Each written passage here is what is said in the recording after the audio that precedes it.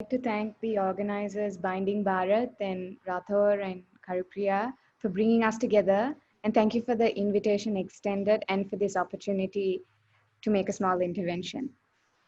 Um, Esteemed dignitaries and friends, we have spoken much about our historic connections and how our countries have bound together and cemented through various things like cricket, culture, democracy, and so on. Some valuable discussion and points have already been put forward and brought into this discourse by the chief guests and the esteemed presenters who have presented before me.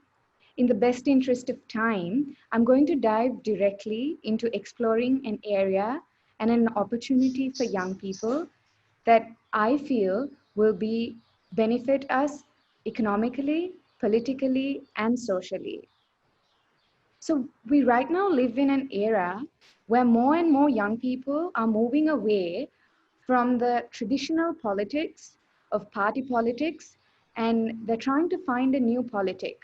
And this is very much true for young people in Sri Lanka. And I'm positive we have similar narratives and similar discourses with young people in India.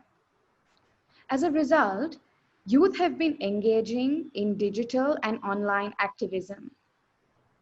They have expressed that they would like to align themselves towards more inclusive and less divisive practices and policies in the political sphere. So if you look around us, there have been many such initiatives and efforts of digital activism by young people around the globe to uphold human rights and democracy. And most of these initiatives right now and examples that I have explored are national. And maybe it is time to build those bridges and transcend borders and extend these efforts and work in collaboration. At this point, I would also like to highlight one such national initiative in Sri Lanka to give an example and then to see how we can take this further and extend it and take it from Sri Lanka to India. And as presenters have already mentioned, it would benefit if we look at the South Asian region as a whole too. There were a group of young people um, who I had the chance to work with who ran a social media newsroom with trilingual capacity in Sri Lanka. And they were observing social media platforms ahead of both the presidential election in November 2019 and the recently concluded general election in August 2020. They were looking at different human rights violations, election law violations, hate speech, false news that would potentially cause harm in the offline space, harassment, and many other such important and vital democratical and human rights issues. There were some interesting findings from these reports. There were election violations that were disaggregated by the stage of election and by party affiliation. False news and hate speech was also disaggregated by the stage of the campaign process and also the target communities. It was an interesting collaboration in this initiative because there was a chance to work directly with the Elections Commission of Sri Lanka and also Facebook.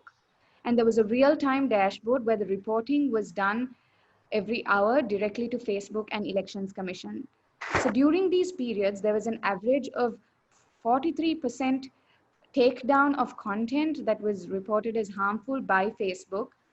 And there's also statistics to show that there was a 24.41% response rate by Facebook of taking down content within 12 hours of reporting. So a similar exercise was also carried during the COVID-19 pandemic, looking at harmful content, looking at human rights issues and violations. What is unique about today's discussion is that we can actually take these initiatives that are done in countries across our borders, and these are opportunities that we can look to work with young people in India because there is, as we've already discussed, there is so much in common between us. There are so much commonalities, and a presenter before me also mentioned about the commonalities in languages. And because of this unique opportunity, the geopolitical context and the political realities of our country, this online activism and the digital activism is an area that we can further explore, further collaborate, and it's an endless opportunity. It's a field of endless opportunities. So we need to see, hopefully, that this will go beyond just Sri Lanka and India and will be an example to take it to the South Asian region as well. Thank you.